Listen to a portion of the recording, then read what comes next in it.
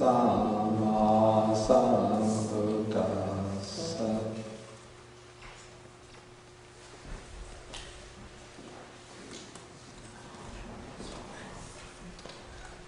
Okay, good morning everybody.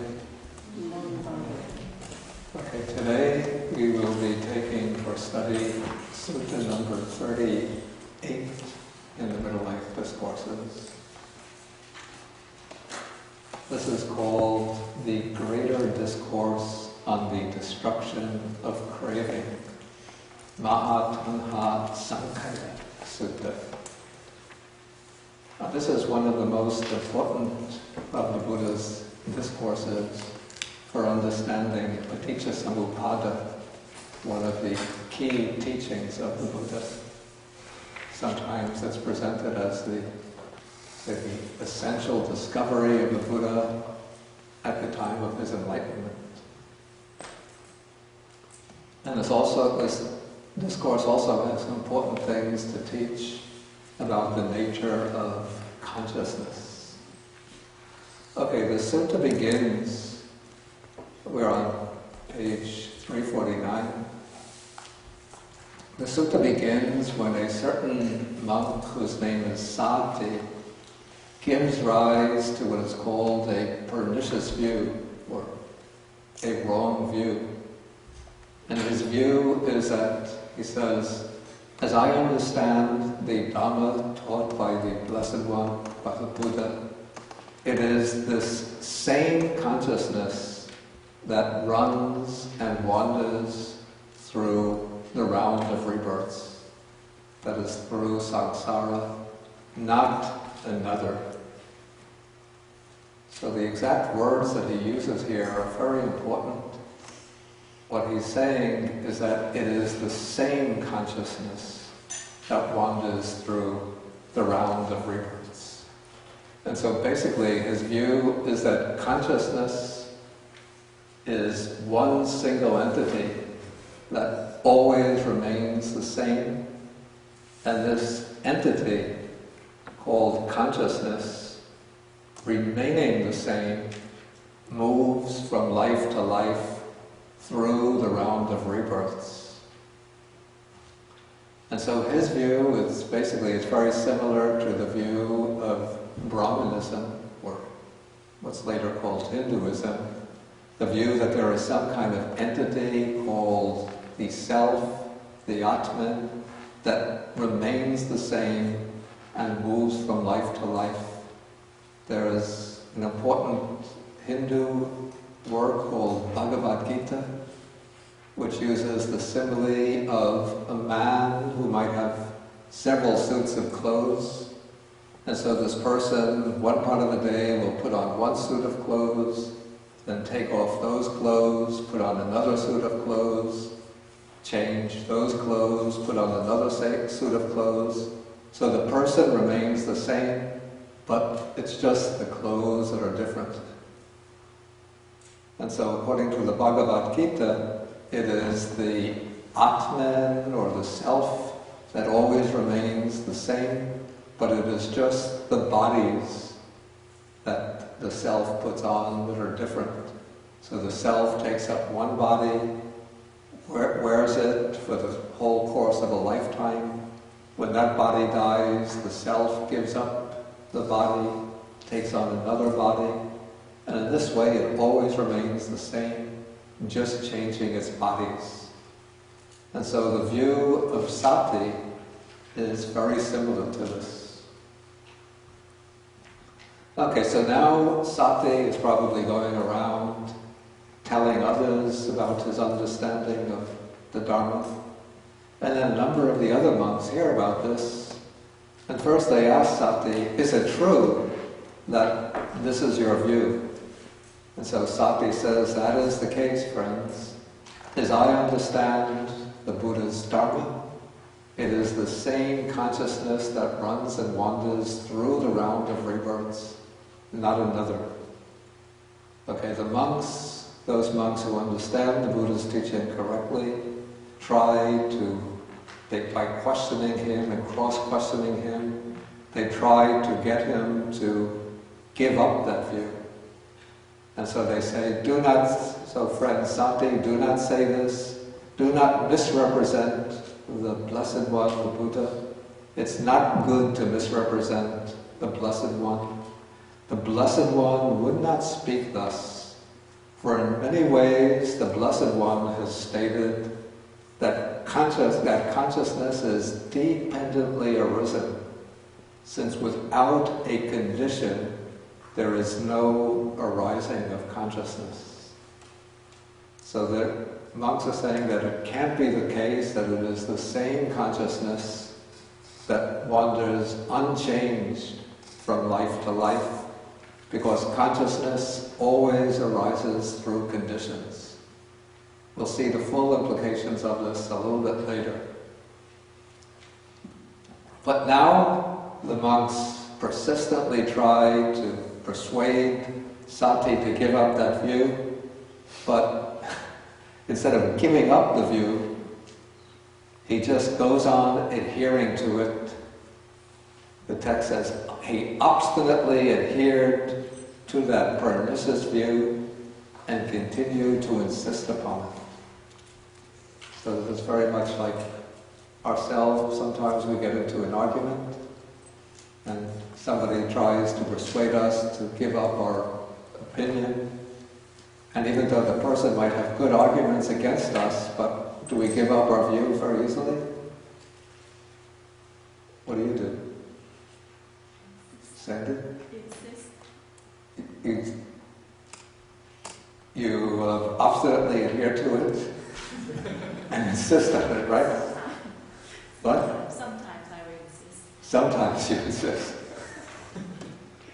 Honestly. Okay, so what happens after the monks try again and again to convince him to give up the view? At a certain point, they find that their efforts are futile, and so the only thing they have left to do is to go to the Buddha and report the matter to the Buddha. And so the Buddha, when he hears about this, he doesn't just immediately start to blame Sati, but first he calls Sati to his presence. So Sati goes to the Buddha, and then the Buddha, again, doesn't start immediately criticizing Sati, but this is a kind of fixed procedure that the Buddha always uses, that when somebody accuses somebody else of doing something wrong, the Buddha first calls the alleged offender to his presence, and then he asks them, is it true that this is what you are doing? So before the Buddha will criticize a person, he wants to get the person himself to admit what he's doing. Okay, so now I'm in paragraph 5 on page 350. So Sati comes to the Buddha's presence, sits to one side, and the Buddha then asks him, Sati, is it true that the following view has arisen in you? As I understand the Dharma, it is the same consciousness that runs and wanders through the round of rebirths, not another. Okay, Sati admits this.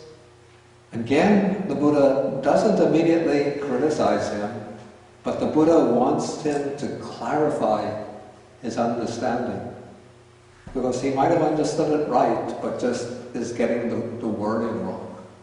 So the Buddha asks him, what is that consciousness, Sati?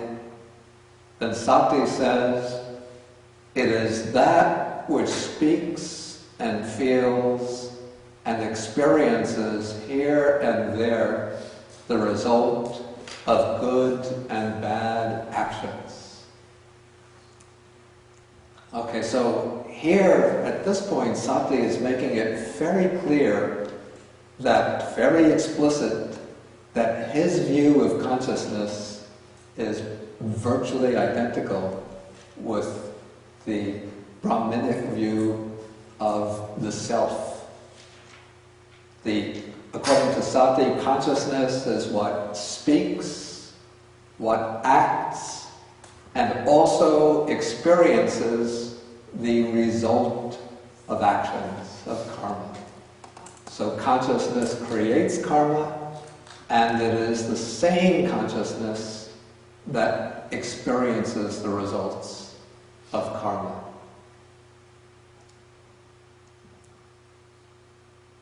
Okay, now, according to the Buddha's teaching, and this is an important point, consciousness is actually, we call this maybe the string or the thread that strings together the different lives that we live in samsara. Or consciousness, we can express this a little differently. You could say that consciousness is the factor of continuity, the factor that maintains our personal identity through the course of one life and from one life to the next life. So it is consciousness that continues on from life to life. So the Buddha doesn't teach that consciousness comes to a complete end with the death of the body, but rather consciousness goes on evolving from life to life. But according to the Buddha's teaching, consciousness is not a single entity. Rather, what the Buddha teaches is that consciousness is a process, a continuum, a stream of events, or we could say it's a sequence of individual occasions of consciousness. So at one moment, consciousness arises, passes away, followed by a new occasion of consciousness which arises and passes away. And that is followed by another occasion of consciousness, another, throughout the whole course of life. So what our life is, or at least the mental side of the life, is a series, a sequence, a continuum of occasions of experience, occasions of consciousness arising together with a number of other mental factors, feeling, perception, volitions, and many other mental factors. And in a single life, this sequence or stream of consciousness occurs based upon the same physical body. And so we speak of ourselves as being the same person that woke up this morning, that went to bed last night, that did certain activities yesterday, the same person that was at one time 20 years old, 15 years old, 10 years old, born in such and such a year. We say we're the same person, even though consciousness is always changing. But because the consciousness is arising based upon what seems to be the same body, we say we are the same person. Now, what happens when death takes place is that the body, the life force in the body, is cut off or extinguished. And so the body can no longer support the process of consciousness. But consciousness itself doesn't come to an end. Rather, as long as there are the ignorance and craving and clinging within consciousness, when the body passes away, then consciousness flows on or moves on to a new existence. Again, it flows on not as a single entity, remaining ever the same, but rather it flows on like a river, streaming on, ever-changing, and then driven by the karmic tendencies, the consciousness will latch on to another physical organism, a physical form which has just come into being. And in this way, it starts the process of rebirth. And so when consciousness connects to an ovum, a fertilized egg, then, in the case of a human rebirth, then a new human life begins. And then again, consciousness will flow on, always changing from moment to moment through the whole course of the life. So again, this is like the image of, or to use a simile, it's like the rivers and the water. The rivers and the water, no, I'm sorry. The waters in the river, like you see the Hudson River. Who has to come here had to pass the Hudson River or ride alongside the Hudson River. And earlier times you came here, you saw the Hudson River, right? So we say conventionally the Hudson River is the same. We don't say the Hudson River gets up and moves away. But the water in the Hudson River, always changing. We don't know the water in the Hudson River last week, now it could be Atlantic Ocean. Then it vaporizes, it can be the clouds overhead in the sky. And it starts to rain, it could be the rain coming down on us. So this is all the river, the water from the Hudson River, but the forms change. And even though there's new water in the Hudson River, but we still say it's the same Hudson River. And so with consciousness, it's the same. So one occasion of consciousness is responsible for action, another occasion of consciousness becomes active, or another occasion of consciousness occurs when we're speaking, and still different occasions of consciousness occur when we experience the results of our action, the fruits of our karma. But conventionally, we say it's the same consciousness, but that is only a convenient term of expression. Just like the Hudson River, it's a convenient term of expression. Okay, so this is why the Buddha is rejecting the view of sati, when he says that which speaks and feels and experiences here and there, that is in one life or another life, the result of good and bad actions, good and bad karma. That is what I mean by consciousness. Okay, now the Buddha starts to reproach or reprimand sati. And he's, as Andrea pointed out last week, sometimes the Buddha can be pretty tough, you know.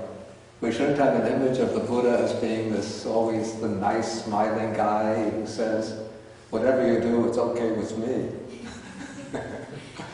But he can really be a little bit frightful, you know. If somebody says this to me, the Buddha is over in the big Buddha hall, would you like to go to meet him?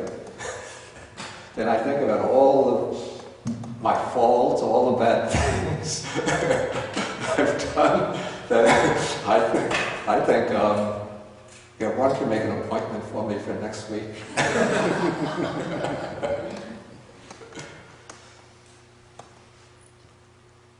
You know, I think if I walk into that room, the Buddha's going to be looking at me, you know, like, I can read your mind, kid.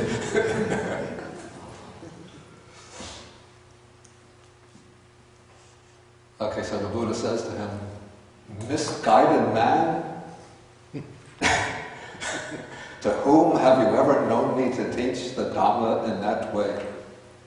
Misguided man, please, Bhante. The first time you said it, I got the point.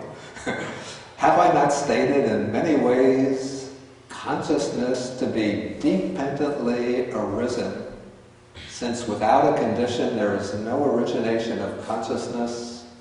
But you, misguided man, have misrepresented us, that's me, by your wrong grasp and you've injured yourself and stored up much demerit, for this will lead to your harm and suffering for a long time.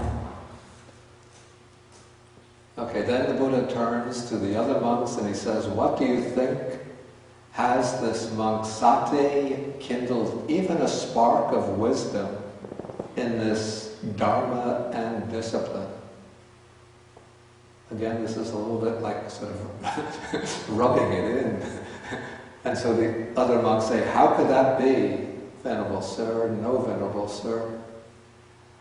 Okay, then Sati now feels somewhat humiliated, dismayed. He's sitting there, unable to respond. And now the Buddha is going to point out how the Dhamma should be understood correctly. So he turns to the other monks and he says, do you understand the Dharma that I've been teaching in the same way that Sati does? And the Buddha says, the other monks say, no, Bhante. For in many discourses, the Blessed One has stated consciousness to be dependently arisen. Okay, then the Buddha repeats the same point. But now I want we get into the real heart of the sutta. Now the Buddha is going to show how consciousness is dependently arisen. And the word that's used here for dependently arisen is paticca samuppanna. This is the past participle form based on the noun paticca samuppada.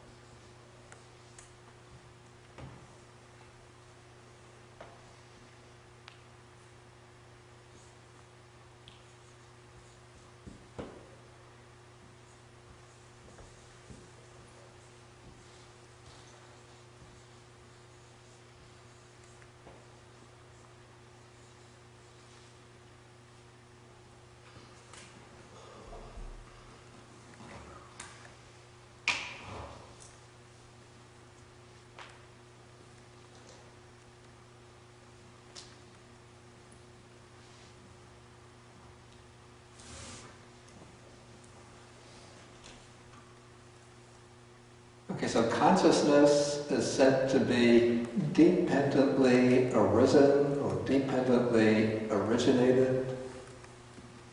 And that is because consciousness always arises based upon particular conditions. And usually the texts speak about two primary conditions for the arising of consciousness. These two primary conditions are called in Pali ayatana, which means base or basis. And there are two kinds of bases, the internal base and the external base.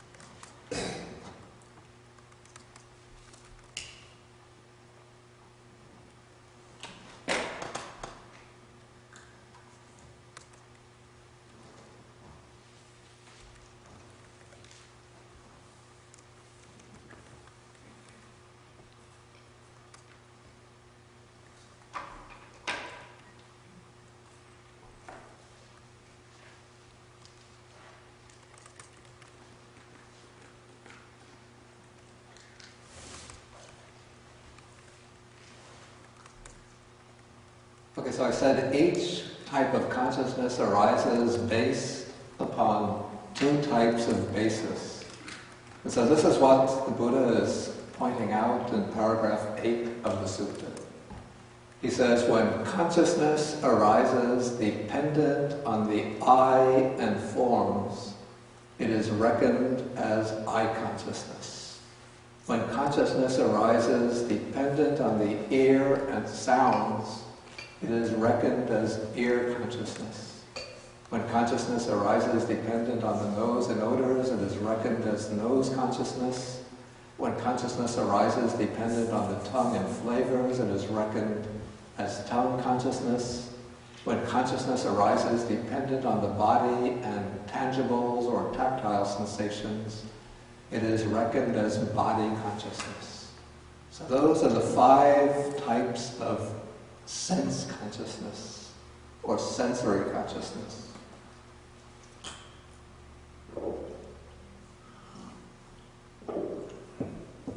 And so the I is the base for visual consciousness. So a type of consciousness arises based on the I, and that type of consciousness sees visible forms. What it does, that type of consciousness, is to open up the whole field of awareness through the I, so that we can perceive or cognize visible forms through the eye. And similarly, with the ear consciousness arises based on the ear, and it opens up the whole field of sounds to cognition by ear consciousness. And so for the other 3 types of sense consciousness. Each type of consciousness arises exclusively based on its own sense faculty, and each of these 5 types of sense consciousness has only one kind of object. Eye consciousness doesn't hear sounds. Eye consciousness doesn't taste flavors. Like maybe you look at a meal put out before you, and by looking at it, you think you can taste the flavor of, ice cream or cake, whatever. But that's just imagination. But what you're actually doing is seeing colored forms with the eye. Okay, and that's the same with each of the other types of sensory consciousness. Each is sort of uniquely attuned. Each type of consciousness arises exclusively through its own sense base, its own faculty, and each is uniquely attuned to its own type of object.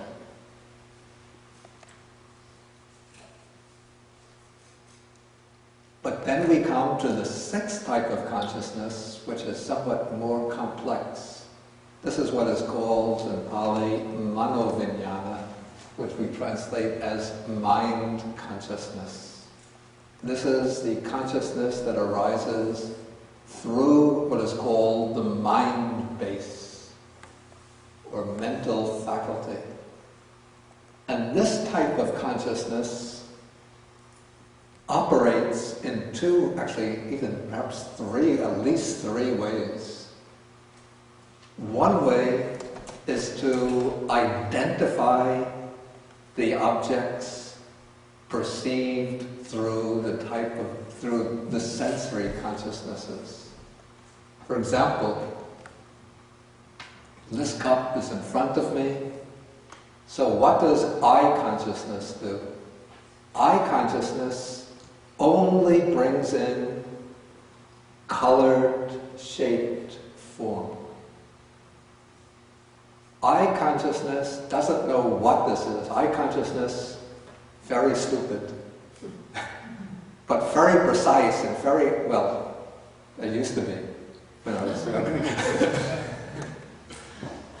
But generally it's very precise, very accurate, like a camera.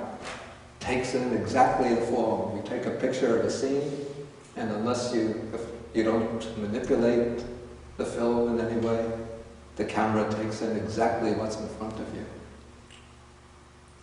And so the eye consciousness takes in the form, but the eye consciousness has no idea what this is, what it's used for. But it's the mind consciousness arising through the eye. This time the mind consciousness actually occurs with two faculties.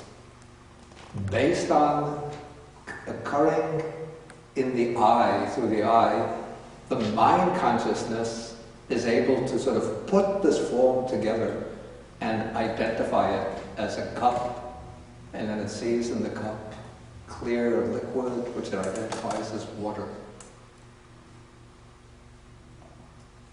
Okay, so eye consciousness, the mind consciousness identifies what is seen by eye consciousness.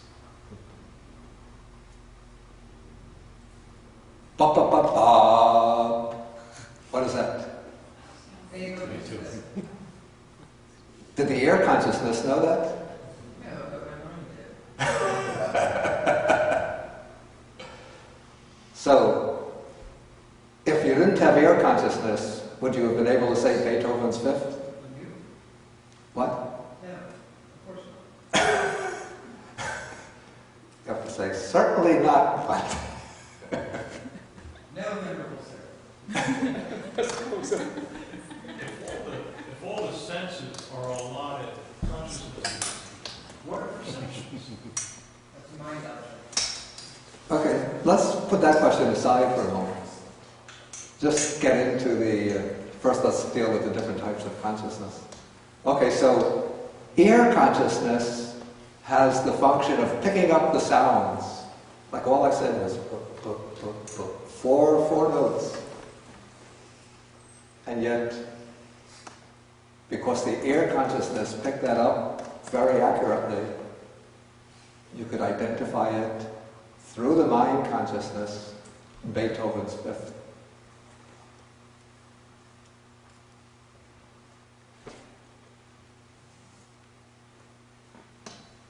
Similarly, somebody is cooking, you go into the kitchen, what's for lunch? You smell, and then you know what's for lunch. You identify based on the smell consciousness. But what identifies is mind consciousness. Somebody gives you something to eat. If you're blindfolded, identify it. Just based on the tongue consciousness, you can identify what that is. Similarly with tactile sensations. Okay, so one function of the mind consciousness is to identify things seen, heard, and so on through each of the individual types of sense consciousness. Another function, a second function of the mind consciousness is to synthesize sense data coming from the other types of sense consciousness in order to form a composite picture of an object. Even the word picture, in a way, biases the idea towards visual object. Let's say to form a concept of the object. And so I say in front of me, let us say, a round, oval object with a reddish surface, little specks of green, a stem coming out of the top, and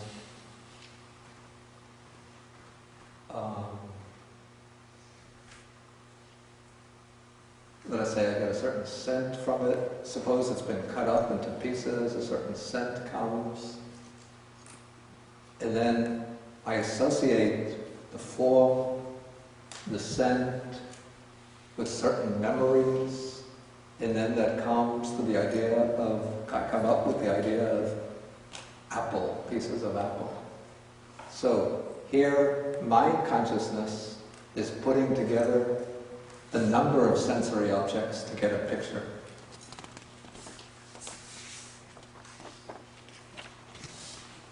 So actually, any individual sense, when mind consciousness works through any of the senses, it's usually not just working in complete isolation, but it's bringing together a number of sensory perceptions and then connecting them with a memory in order to come up with an idea.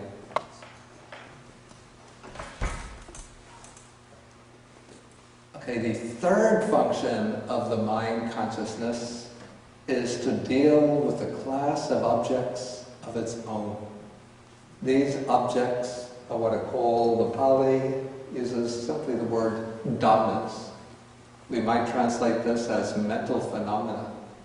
So these are things that appear exclusively to the mind, not based on the senses. So we can have ideas, abstract ideas, general ideas. We can perform, say, mathematical operations. We make inferences, inductions. We do use logical reasoning. We have memory images. We have imaginary ideas. So a whole complex mass of objects that are purely mental, not coming in directly through any of the senses. And so these are all called dhammas, mental phenomena, and those are the objects of mind consciousness. And the mind consciousness is said to arise dependent on the mind. There's actually a lot of disputes among the Buddhist scholars. What is meant by mind independence upon which mind consciousness arises? It's not a physical organ, but it is considered to be like a subtle, the general opinion that this is the subconscious flow of consciousness. Then, based upon that, the mind consciousness arises, the active mind consciousness. And it takes the purely mental objects as its objects, special objects. Okay, so those are the 6 classes of consciousness. Then Richard raised the question just a few minutes ago, where does perception fit into the picture? Well, we have to remember that according to Buddhism, consciousness doesn't arise alone, but it always arises together with a whole crowd, a whole group of other mental factors, each with its own special function. And so the way I understand it is that consciousness is that mental factor that opens up a particular field of awareness, and then perception is the mental function that arises together with consciousness and then selects certain factors or certain qualities of the object as a basis for identification.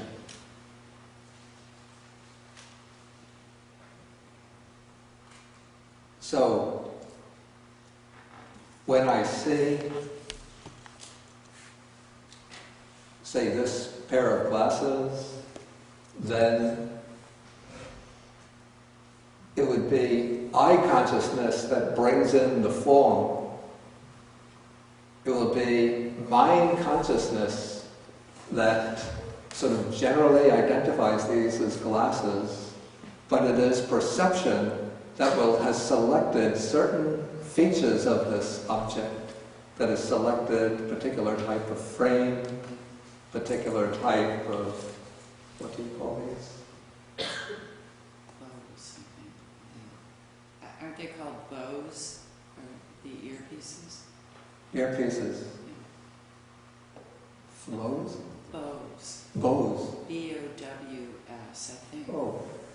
Okay, the bows or handles, and this is all these things that I use, I don't even know the names. Retainer. This is a retainer. That's what it's called. Really? You see, I'm building up a really rich store of mind consciousness or perception. Just trying to find the names of all the little things that we use in everyday life. We don't even know the name of.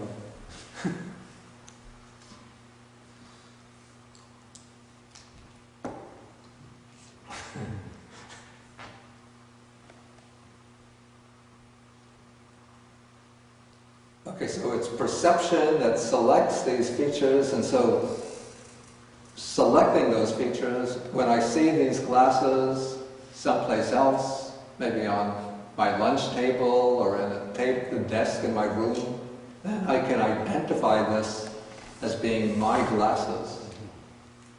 So it's perception that selects particular features to identify things, and that serves as a basis for recognition.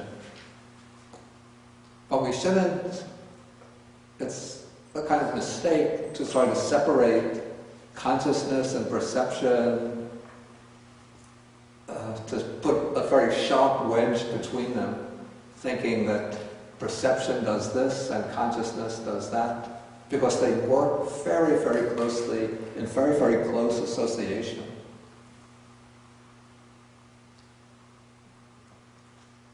Maybe it's like two dance partners dancing a waltz on the dance floor, and they're dancing together, so you ask, who was putting out the right foot first?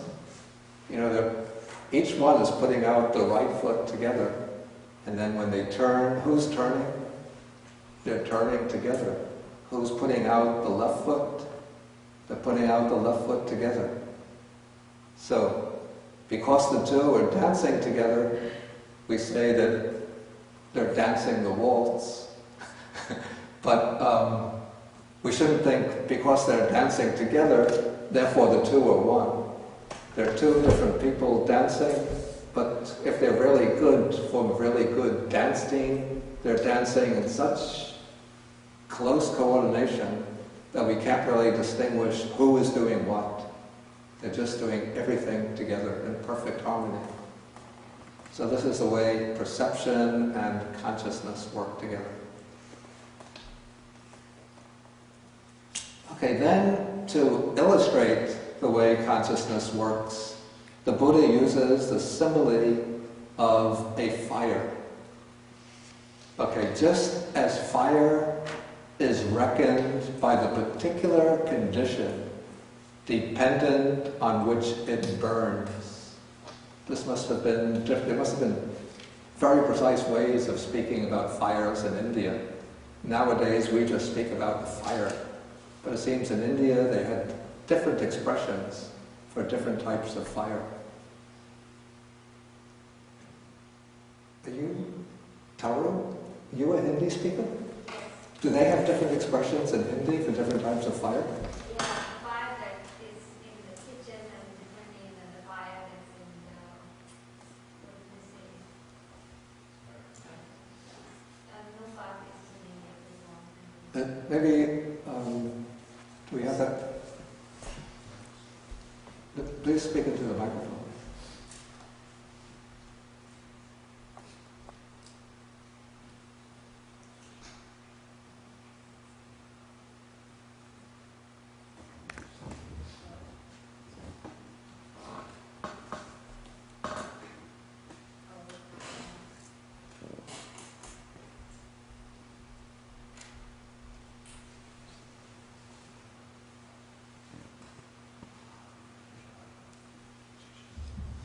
Yeah, okay, now it's working.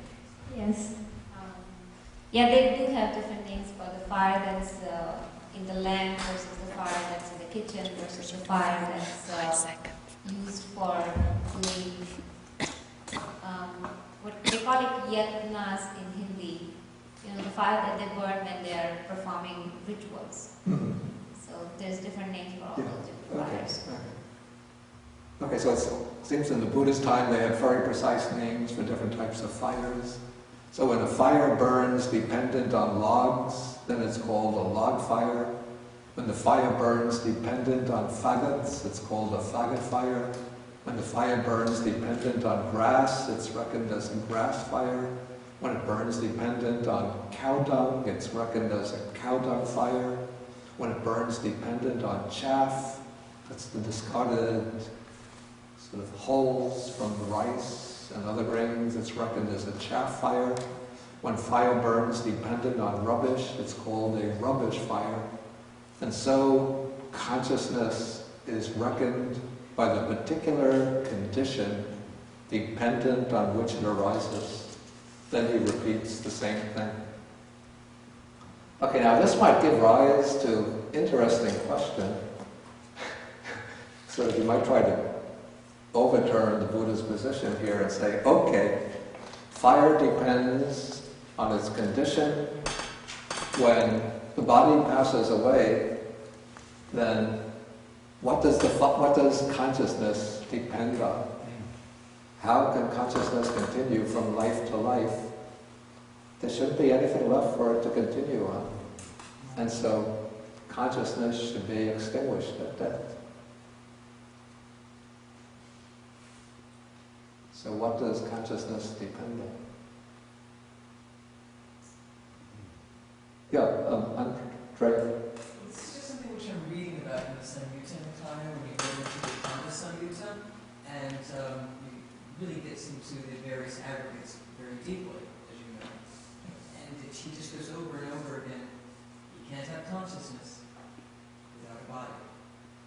Nama-rupa, you can't have it, can't have it. This is impossible. You can say that you don't have all the other things, but it is impossible, bhikkhus, that you should say, yes, aside from everything else, there's consciousness. It doesn't work that way. Yeah. So that's a condition. And it's interesting, this fire, it really hit me, that really takes the self out of it. When you look at it that way, it's this type of fire, that type of fire, another type of fire. Yeah. It takes the It self would be good out if you of could use the the consciousness. Oh, I guess I'm not making any sense. voice arises dependent upon the speaker and the microphone and the speaker. Yeah. What do I have to say again? The whole thing I just said? Just the last few sentences. I can't remember now. When I was talking about the Yeah. the fires of that. Right. The Yeah. way he talks about it, because especially in the Western world, and especially with English as a language, or even like the Romance languages, fire is fire is fire. It's not that big a deal. But when it's broken out, there's this kind of fire, that kind of fire, the other kind of fire, as he likens it to consciousness. That takes the self Yeah. that we get out of consciousness that we normally ascribe to it, which you're not going to get if you're an English speaker using those kinds of concepts of fire. Yeah. That's all. I'm just noting that. Okay, that's a good point. Does somebody have some idea about? Well, at the beginning of the conversation, you mentioned craving is one of the pathways. Yeah. At the beginning, you mentioned after death, craving is one of the aspects that perpetuates the continuity of consciousness. Yeah. And at the end of this, I do have a question about how those who. I'll ask you at the end of it, but craving was one of the points you brought up at the beginning. To your point about fire names, in our English language, we do have different. We bifurcate and split down other types of nouns. So we have an ability to reference, like the Inuit have multiple words for rain because of the ways it rains. So we have that in English, just perhaps not for fire. We have, as we can see in the holiday selection of Hallmark cards, different forms of love and well-wishing, so we can understand multi-nouns. But anyway, I'm only responding mechanically that at the beginning of the talk, and this is a curious point for me, maintenance of continuity of consciousness via craving. Yeah. Yeah, we have many, many different flavors of ice cream. Whereas maybe in other countries you have chocolate, vanilla, and strawberry. Yes, you have 70%, 60%, 39% chocolate. I mean, You were going to say something? I want to.